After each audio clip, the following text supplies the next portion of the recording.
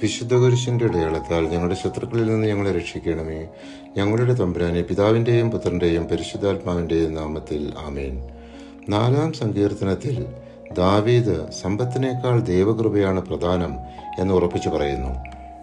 ധാന്യത്തിന്റെയും വീഞ്ഞിന്റെയും സമൃദ്ധിയിൽ അവർക്കുണ്ടായതിലേറെ ആനന്ദം എൻ്റെ ഹൃദയത്തിൽ അങ്ങ് നിക്ഷേപിച്ചിരിക്കുന്നു. സങ്കീർത്തനം 4-ാം അധ്യായം 7-ാം തിരുവചനം.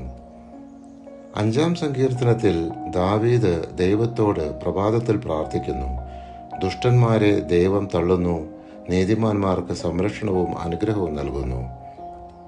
അങ്ങയിൽ ശരണം പ്രാപിക്കുന്നവർ സന്തോഷിക്കട്ടെ, അവർ എന്നും ആനന്ദഭരിതരായി സംഗീതം ആലപിക്കട്ടെ. അങ്ങയുടെ നാമത്തെ സ്നേഹിക്കുന്നവരെ സംരക്ഷിക്കണമേ, അവർ അങ്ങയിൽ ആനന്ദിക്കട്ടെ. കർത്താവെ, നീതിമാന്മാരെ അവിടുന്ന് അനുഗ്രഹിക്കുന്നു. പരിച കൊണ്ടെന്ന പോലെ കാരുണ്യം കൊണ്ട് അവിടുന്ന് അവരെ മറയ്ക്കുന്നു. സങ്കീർത്തനം 5-ാം അധ്യായം 11-12 തിരുവചനങ്ങൾ. 6-ാം സങ്കീർത്തനത്തിൽ ദാവീദ് ദുഃഖത്തിൽ ദൈവത്തോട് പ്രാർത്ഥിക്കുന്നു. യഹോവേ, കോപത്തോടെ എന്നെ ശിക്ഷിക്കരുതേ, ക്രോധത്തോടെ എന്നെ ശാസിക്കരുതേ. ദാവീദ് തൻ്റെ ശത്രുക്കളുടെ തെറ്റായ ആരോപണങ്ങൾക്കെതിരെ ദൈവത്തെ അഭയം പ്രാപിക്കുന്നു. ദൈവം നീതിയുള്ളവരെ സംരക്ഷിക്കുകയും ദുഷ്ടരെ ശിക്ഷിക്കുകയും ചെയ്യുന്നു എന്നതാണ് 7-ാം സങ്കീർത്തനത്തിൻ്റെ ഉള്ളടക്കം. ഹൃദയ നിഷ്കളങ്കതയുള്ളവരെ രക്ഷിക്കുന്ന ദൈവമാണ് എൻ്റെ പരിച. ദൈവം നീതിമാനായ ന്യായാധിപനാണ്. അവിടുന്ന് ദിനംപ്രതി രോഷം കൊള്ളുന്ന ദൈവമാണ്.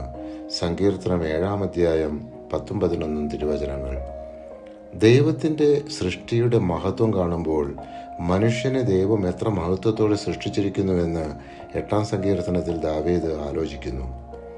അവിടുത്തെ ചിന്തയിൽ വരാൻ മാത്രം മനുഷ്യന് എന്ത് മേന്മയുണ്ട്?